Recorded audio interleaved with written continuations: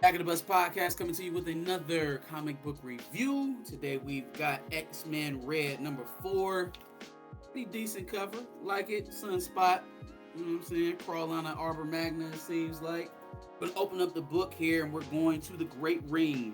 Everybody is seating, and newly seated member Magneto on the seat of loss is the topic of discussion. They're having a discussion right now about not only the new member and his Krakoan ties or his Krakoan legacy, but the issue of Krakoan resurrection and what owning the seat of loss means if you don't truly die. Right. Can you have that seat is essentially is what the debate started. You would have thought that it would have been a topic of discussion well before Storm was made regent of Mars and everybody moved there. Like, if they have an issue with Eric sitting on the seat of loss, how do you not? Well, I guess they did have a problem with Storm sitting as regent, and that's why they've been challenging her like crazy. I think the way they broke it down, and I love the way they broke it down, is like, listen, we rock with y'all, but y'all rocking with us, y'all gonna have to rock with us by our rules. You gonna sit on this seat. Can you come back based on your technology? Yeah. But that L is still that L. You ain't gonna get this seat back. Like, I love the way she broke that down. Love the way she broke that down. She made it very clear that even if Tarn makes his way back to life, he's not gonna get that seat back. So they did find a way to solidify that. And also, I felt like, because on the next page, we got a data page talking about the Great Ring of Arakko and basically just breaking down the nuances of accepting a Krakoan on the ring, but also staying true to their culture.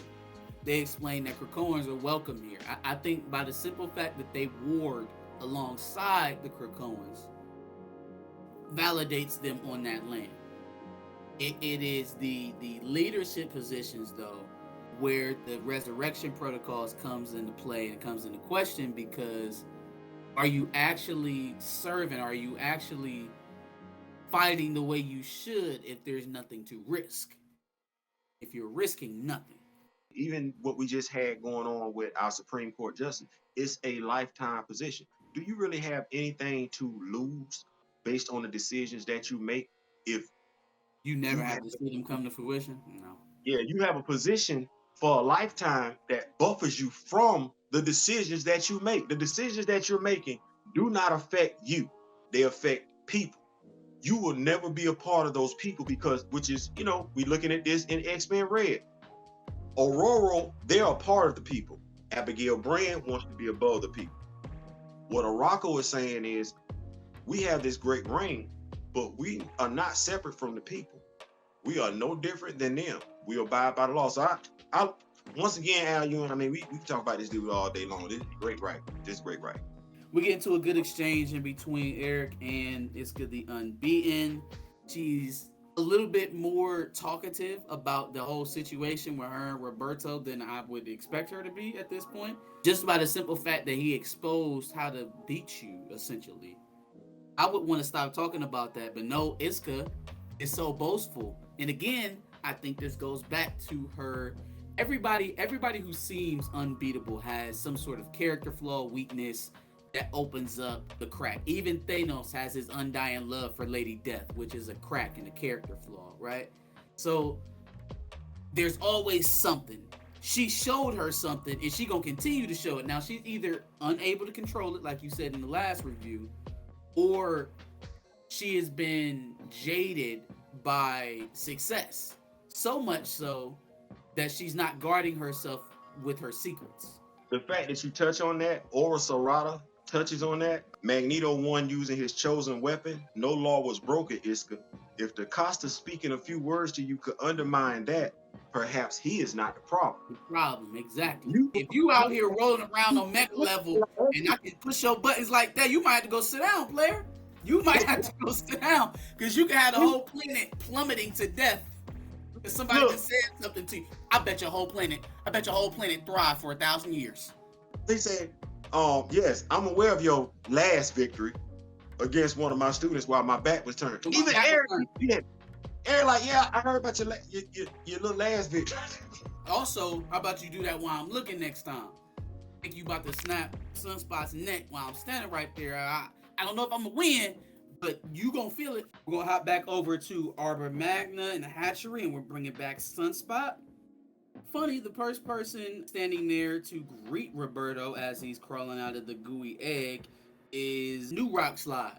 And you talked a little bit about New Mutants, the run that saw Roberto da Costa come in and debut in X-Men comics. Another popular character from that time would have been Rockslide, right? A kind of forgotten thing, and I think every now and again you see Rockslides pop up in random books, but a forgotten thread has been the mutants that died in Otherworld, right?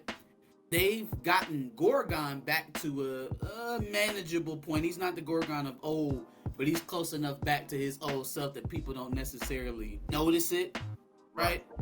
Rockslide is just an amalgamation of all the different realities of Rockslide mixed up into one, which is interesting because if that's the case, how is this universe's Rockslide not one of them? You know, you would think if it's just bouncing personalities around in there that at some point he would be back. You know, the way Al Ewing is explaining it is, you know, the whole amalgam. Okay, well, I you know, DC, Marvel, amalgam universes, everybody come together. I get it. That was your explanation, but this dude has a distinct personality. One, this ain't what we get in Legion, multiple personalities. No, he got one. This ain't multiple personalities across the multiverse. This is one distinct personality from a different universe. That's the way he's talking. Yeah, I mean, he even names himself later on in the book. Rockslide, like he's speaking with some sense. I don't know how Rockslide was before, but this dude, he's settled. Yeah, he's very in touch with himself. For sure. So we go back to the Great Ring, and they're still discussing Iska's assault or domestic violence over her potential new partner in Sunspot. And a couple of the mutants on the Great Ring are like, "Hey, we not about to waste no time on this. He probably on his way back to Arakko right now as we talking about it. Like he probably already got resurrected. Why are we even playing these games?" She said, "So the Casa don't die like us. Do you die like us?" Right. I wanted to say, I was like, she talked too much. She talks entirely too much. She talks like a person who can't lose, who's never had to protect themselves against loss, and that is her fatal flaw. She doesn't protect herself against loss because she can't lose. Iska is a fan favorite. I've heard people talk about they wish that Hasbro, when they were talking about the S.W.O.R.D action figures, when they released the new Professor X and everything like that, Iska is requested. People like her, so I'm looking forward to what they do with her. Any writer that takes this on, she's a breakout character. She gonna wind up in the X-Men. Watch what I tell you. She gonna wind up in the X-Men. Yeah, for sure. By the end of this reign, this Krakoa era, she will be a bona fide X-Men. For sure. Of course, right? I do want to point out that they mentioned something about her in her seat where you mentioned, like, do you die? Right? And so Iska tells them, well, I'm just keeping this seat warm for Genesis. Sis, do you know something we don't know? That ain't the question that I asked you either. Well, it ain't the question that I asked you, but why is she treating her stint, which I have to assume has lasted for hundreds of years since her sister had to go back and lead the Horde of Amenth when she had the helm on. Why is she still treating it as if, oh yeah, when Genesis comes back? Do you know something we don't know? You better go tell homeboy Richter, because he was depressed a few months ago about his big man not being around. You know what I'm saying? He was sad about Apocalypse. So does Iska know about an impending return of Apocalypse in Genesis? Well, I just think that they are long-lived. So I just think it's one of them things because Apocalypse is basically an immortal. So all of them would basically be, that's the question, because we talking about Krakoa's resurrection. The Rockets seem like they living about 4-5 lives. Like they just live long, period. You talking about, and the only way they die is to be murdered.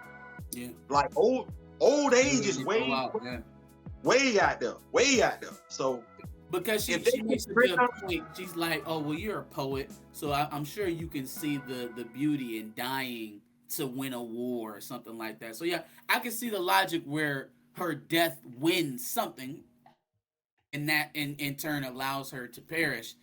But outside of that, and then again, one would have to understand exactly how her powers work to leverage that.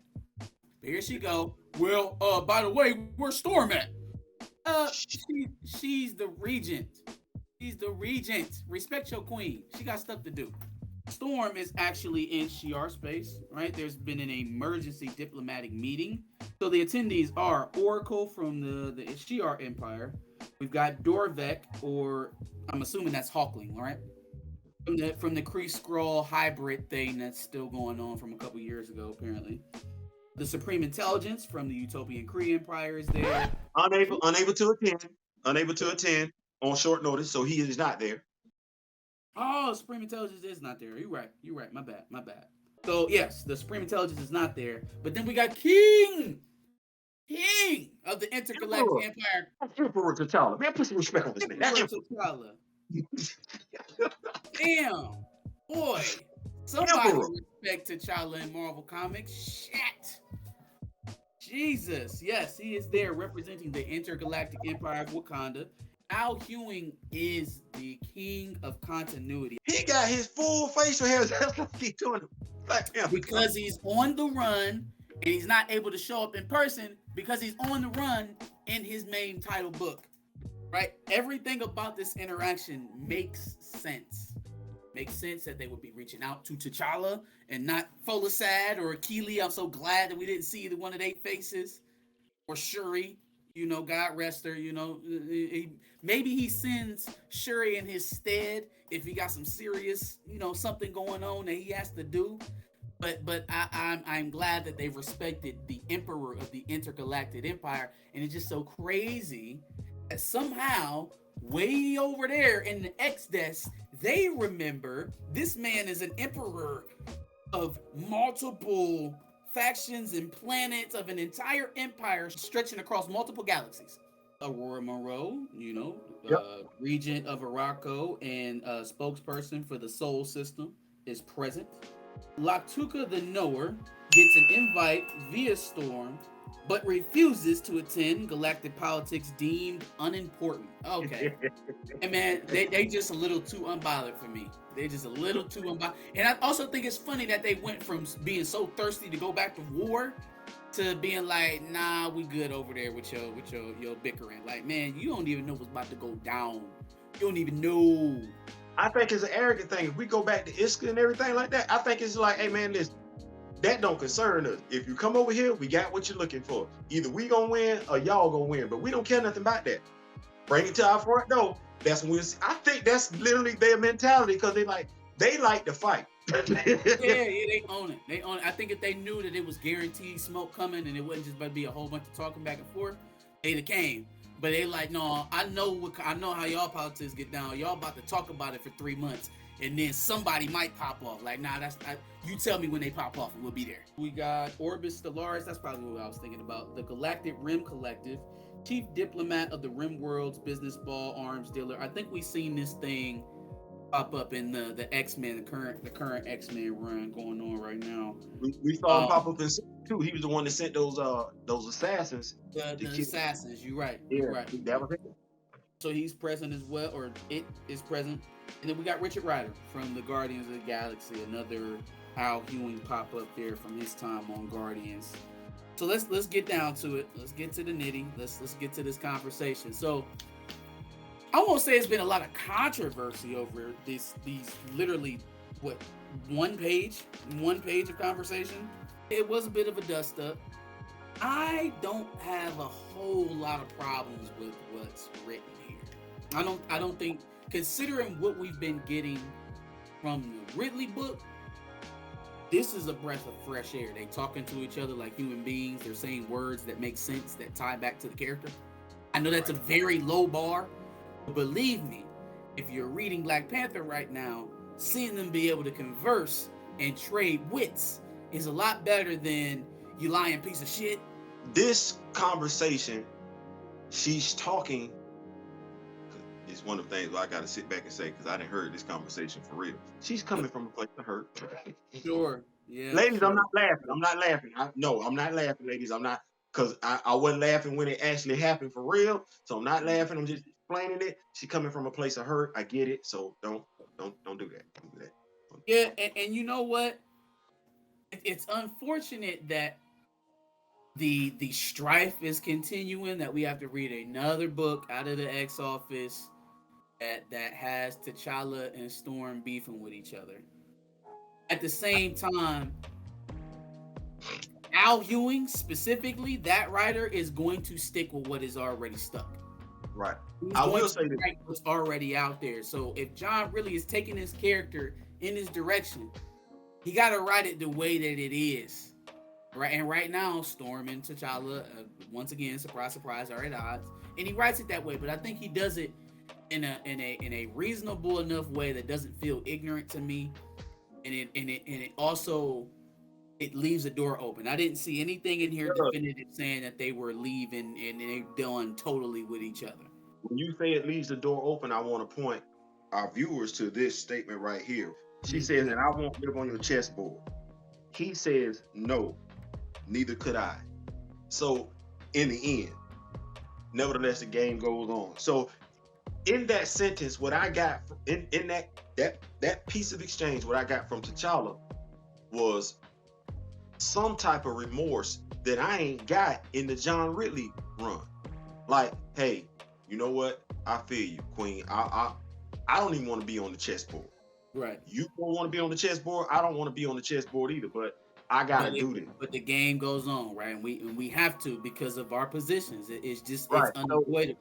And that is such a common sense answer to what's going on, as opposed to you lied to me and you planted a sleeper cell agent and you brainwashed Gentle. That line still stands out to me as some of the most stupid. You brainwashed Gentle. Gentle is a soldier. He's a citizen of Wakanda, and he is loyal to his king. He requires no brainwashing to take an order from T'Challa. Why don't we have a royal child? Why don't we have a royal child? Why don't we have a royal child to connect these two factions?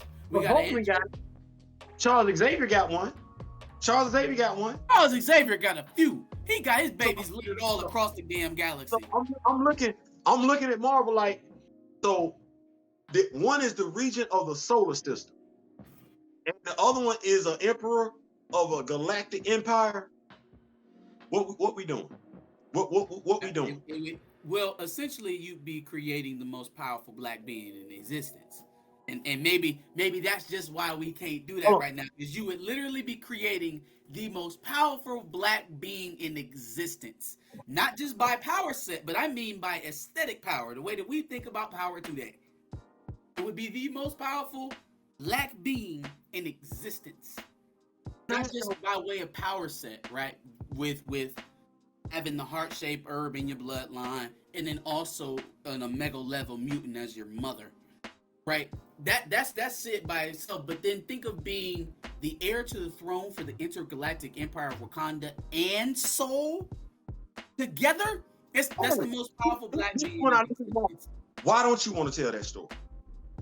What's the difference between that story and the one that you gave us with Franklin Richards? Hey, that story beats Franklin Richards' story 10 out of 10. But and Franklin Richards, his thing with his run with Jonathan Hickman, the whole Galactus, that storyline, top notch. Go with me on this one. So I'm writing. It's gonna take two years probably to get T'Challa and Ororo married and her pregnant and her have a baby. 2-3 years if you're writing the Black Panther story arc. You feel what I'm saying? So once she has the baby, we got Franklin Richards out there. We did a whole story where Ilyana Rasputin then went into a whole dimension as a kid, came out as a teenager. We did this.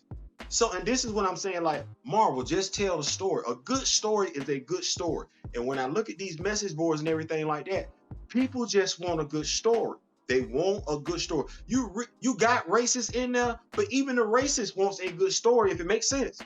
T'Challa and Storm walk in. They're the last two to arrive, and we get a quick black person joke from old girl from Oracle. The last two to show up. But she get right down to the nitty though. She wastes no time, and she tells them that Empress Xandra has died, has been killed. And not only has she been killed, but the moment that she perished, she sent out a psychic blast throughout the galaxy, along with her essence, her DNA. Okay, I love Al, love it, right? And part of this I really like, because if you notice at the beginning of this, when Sunspot is getting resurrected, that's not Professor X. That's Hope. Professor X loves to resurrect his own children, his students. Why is Professor X not there to revive Sunspot? Now we get on this explanation from Oracle. Boom, she died. She sent out a psychic blast. I was the only one to catch it. Yeah, go. Yeah, all right, Oracle. Yeah, sure. There's about 5 other people I can think of right now that probably caught that blast before you even know about it. But okay, let's pat you on the back to make you feel better. Like, that was silly. That was silly that she just assumed she was the only one that heard it. Like, girl, Oracle. Roberto da Costa is actually asking Cannonball, what's going on with Rockslide, bro? What's going on with him? And he tells him, hey man, that's not him. So stop looking at him, looking for your boy. That's not him. That's Rockslide. Okay? Like that's a whole different type of person. He can sit in here and watch these resurrections because everybody feels bad for him, but that's not our guy. That's not our man's. We're going on back to the conversation there in Shi'ar space. We left off there, and I believe it was T'Challa who brought it up. Like, hey man, there's an easy solution to all of this, isn't there? Because I think he mentions during their conversation, him and Aurora, about finding out about their resurrection in the Daily Bugle. I thought they squashed that story.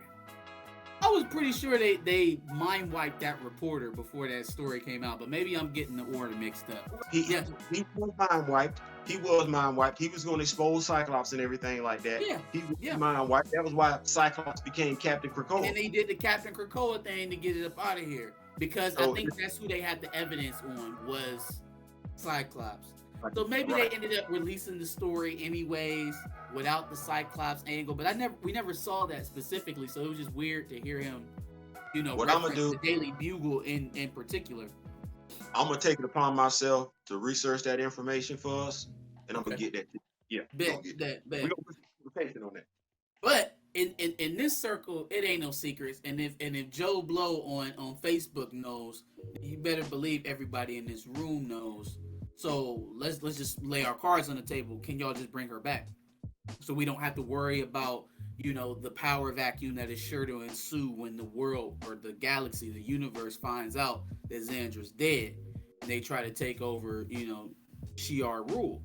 Orbit Stellaris has the biggest problem with this, and they actually give some pretty valid points, right? Like, if you resurrect Xandra, number one, what makes her so much more resurrectable than all the people that are sure to die in this war that's coming in her name?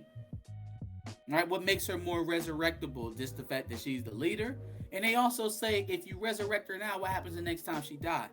We just gonna keep putting her back in place to rule for an eternity? Like how the dude that's making money off the war is asking these questions.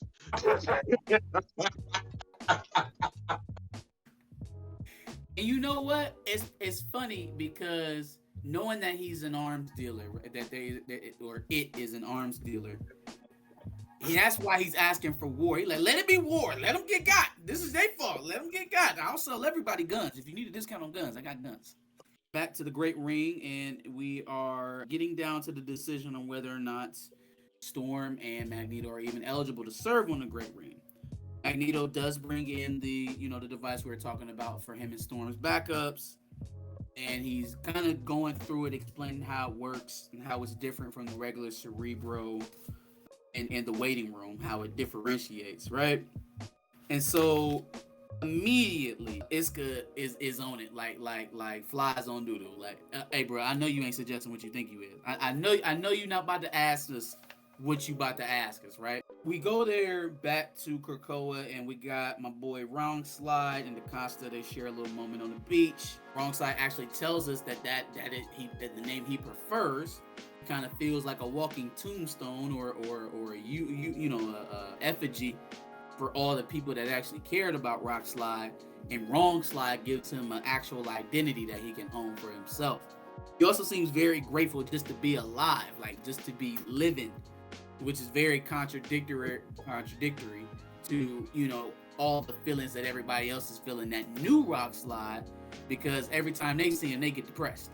He also gives some more shed some more light on it when he talks about wishing people would accept him for who he is right now, as opposed to wanting him to be somebody back in the day. And just personally for me, the journey that I'm on right now, I can relate to that way too much. And I'm sure you can too. We all grow in life, and some people, they don't see your growth or don't acknowledge your growth, or they don't want you to grow. They want you to still be the person that you were 10, 15 years ago. And it's like, no, it don't work like that. Life is constant. Change is constant. We're supposed to evolve. The dinosaurs didn't do that, and they died out. Great writing once again by Al Ewing, that as people evolve, as people change, if we truly rock with them, Rockslide, if we truly rock with them, we got to embrace their evolution. No different than we would want people to embrace our own evolution. So I thought that was another piece of great writing by Al Ewing. Real quick, couple reads from my boy Nova, Richard Ryder. He talks about when he resurrected Xandar briefly before Annihilation, right?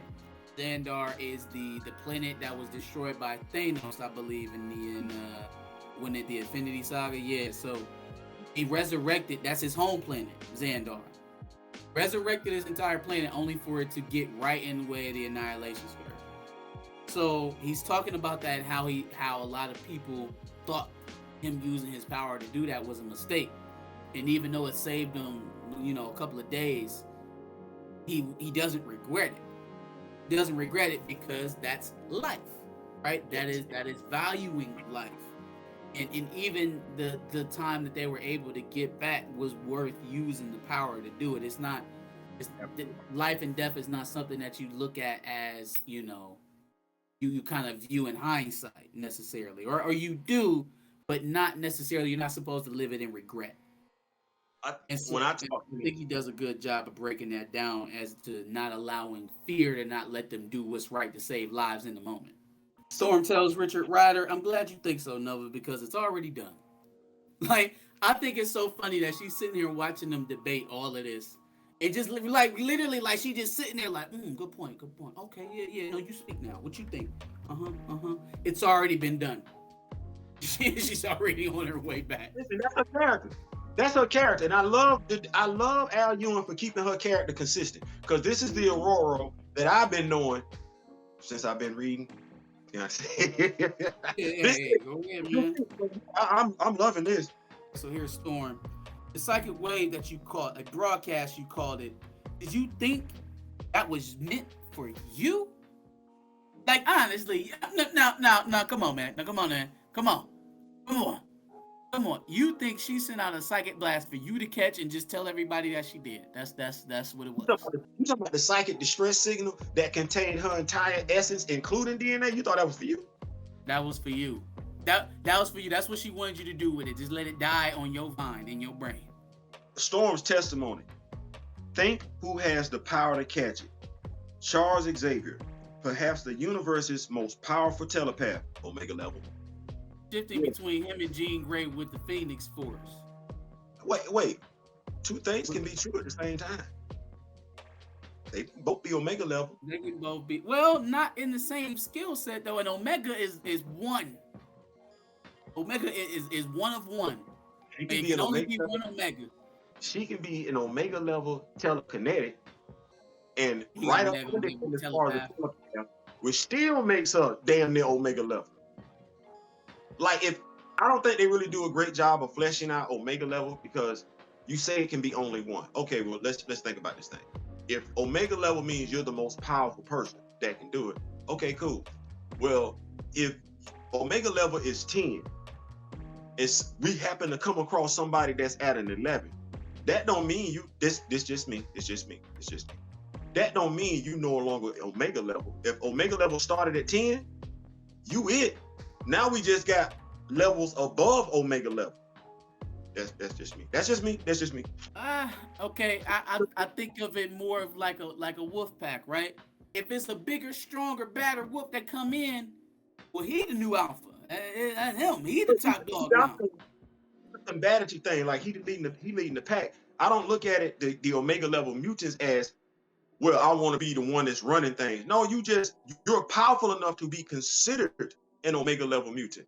Well, just because somebody comes in over you, and like I said, it's just my thought process. If I consider you an Omega level mutant before, if somebody has come in over you, it don't mean you're not an Omega level power mutant. No, it means I need to be looking at this person as something else. I think they said something about Omega level and Alpha level or something like that. Like, it's levels out there. They don't just have we got the Omega and that's it. So that would be my thing, but I didn't want to take away from it. The fact that he is a father and he's like, there's still time. Like, he goes through this, like, he wastes no time. And she tells it, a man who, when offered the choice and the chance, he says, there's still hope, still will forever choose life over death. Storm is leaving out from the meeting with the other diplomats, and Richard Rider follows her out, seeming like we're going to be getting a taste of Richard Rider in the Arakko diplomatic rings. So we're going to be spending some time there. I wonder how long that's going to last. How long that's going to be where non-mutants are able to just parlay into. I understand Sol is now the capital of the solar system, so there has to be some sort of free of movement going through there because it's the capital. And at the same time, I don't see that being a thing that lasts where there's just free travel to Arakko in and out with the Iraqi. It just seems like that's kind of destined to come to a head. I think that's gonna be one of the things where you just gonna have to stay in the areas where diplomats are allowed. Because honestly, I don't think if you got your sense about you want to go out there amongst the Rockies anyway. Like, man, this might not be your speed. We're back on Krakoa at the beach with Rockslide and Sunspot, and Rockslide has similar Picasso has similar talks with Rockslide about life that Richard Rider just had with the rest of the diplomats in this meeting. That everything dies, everyone dies. It's a part of life, and regardless of these resurrection protocols that we've gotten in here, that won't change. Not going to change. So like just another one of those common themes of reestablishing death in this era. I think it was pretty dope. On to another dope page, we got Iska laughing her ass off at Magneto for even suggesting that they bring in resurrection into their situation. But Magneto is not going there. That wasn't his point of bringing up the backups. He then destroys the machine with him and Storm's backups on it. You think Storm knew about this? I don't know. I don't know either. It feels like a move that Magneto would just pull on his own. But I believe she was fine with it, though. I really believe Ororo and Eric are walking lockstep. Like, he told her, she reminds him of Charles.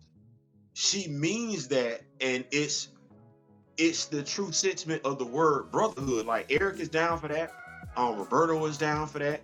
John is down for that. I'm here for it. I'm here for it. Last page we got is of Rockslide telling Picasso that he wants to die in another world. He wants to die in another world so that he can be resurrected and someone else will have a chance to experience life the way that they do. Right. In a weird kind of way, even before DaCosta suggests it on the next page, in a weird kind of way, I felt the Iraqi in him when he said that. You know what I mean? Like as he's explaining how he feels about life, how grateful he is to be alive, and wanting other versions of Rockslide to experience that, it felt oddly Iraqi. Like I'm so comfortable with the expiration of this life that I will do it willingly on my terms to give someone else an opportunity to live it. That is necessary. That's the antithesis, really, of Krakoa and Resurrection, because Krakoa and Resurrection says that I will live endlessly to see that other people thrive or other mutants thrive and go on. Rockslide is like, to that very same end, I will die. It's one thing to be, it's something to be said once you're at peace. And he's at peace. And I'm almost of the mindset, this version of Rockslide is more at peace with who he is than the previous version of Rockslide was. Oh, absolutely. Absolutely. So and like I said, the fact that he's able to say, man, I'm not that person, and he's not even going to go back and forth with you. Like, we're not going to argue with it. I'm good with who I'm at. You just going to have to deal with who I am. Matter of fact, I don't even go by that name anymore. That is issue 4, man. Any parting thoughts on the book so far, X-Men Red? I'm interested to see what's going on with Iska. I also noticed Al Ewing did list Rockslide in this book. He listed him by Rockslide. I'm curious as to see whether or not he's going to show up in more books, because they put his name on there, picture and everything. And is he going to call him Rockslide? I'm interested to see what's going to Iska and Roberto once he get back to Arakko. Man, because she was feeling him for a minute. Did he mess it all up? We'll see. Hey, we gotta see. Also, the developing plot lines, and they probably gonna play it out in another book. This book was probably just to show us that she's back. But Charles's daughter, to see how that's gonna go. They gonna make us spend some more money. I'm trying not to do that, because they literally gave. I think something's gonna be off with her though. That's been all the important. Well, no. Most of the important people have come back home. They even gave us the buying list just in case we was confused. They gave us the. I think they actually gonna stick to it though. It's actually if they gonna meet a delivery schedule like that. But see, I am loving this book, loving everything about it. I'm hoping we see more Black Panther going forward. I trust Black Panther and Al Ewing's hands much more than I do John Ridley. Plus, I might not be reading the book much longer, so it's going to be good to see him somewhere else.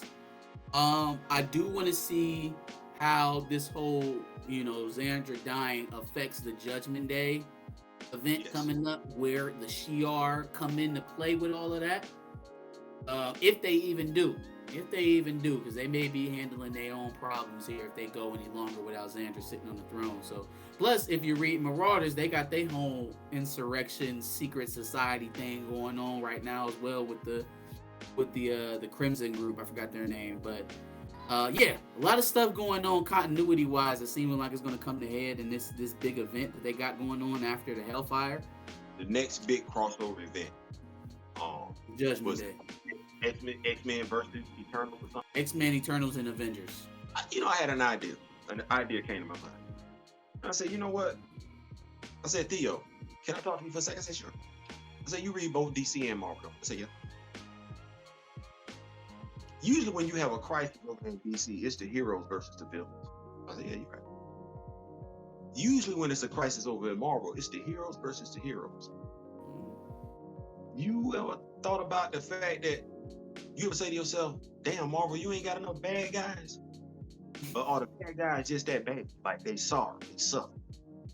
Somebody even made a point that Miles Morales valid point. Miles Morales' bad guys are actually Peter Parker's bad guys. Yeah, we gonna need to shy away from Miles Morales' name right about now before I end up taking this for a whole another hour and hopping all over homeboy for his you know what, I'm not even gonna talk about it. Make sure y'all like, share, subscribe. We will talk about that on Sunday. We will get that going for sure. I'm gonna take me a nice long time into that one. Make sure you follow my boy Theo. I ain't saying, I'm just saying, on YouTube and Twitter. Come back for another comic book review. We do X-Men Red, we do Black Panther, and anything that's popping up, man. I'm hearing good things about Blood Syndicate. I am hearing good things about Blood Syndicate. I might pop back up, but You can make it do what it like. I need to get back over there, and I want to get back over in Static Shock and see what Static Shock and Icon. see what's going on.